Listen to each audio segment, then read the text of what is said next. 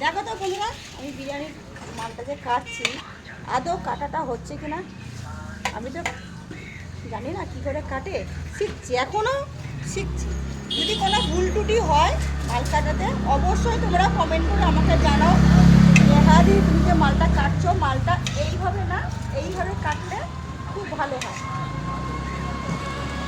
তাতে খুব আনন্দ পাবো আর অনেক কিছু জানতে পারবো, শিখতে পারবো। শেখার জন্য আমি এখনও রেডি। গরম লাগে গো মাল কাটলে। দেখো কি সুন্দর করে মাল কাটি, আমার কাছে সুন্দর, তোমাদের কাছে জানি না আদর প্রসেসটা ঠিক কি না।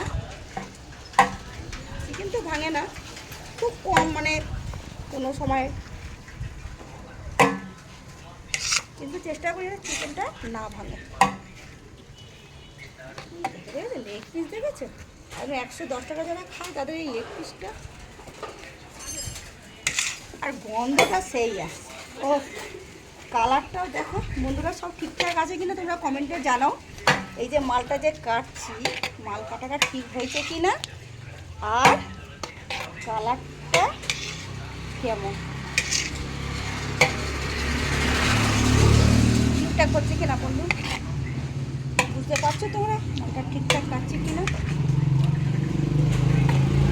আসল ওরা দেখতে চাও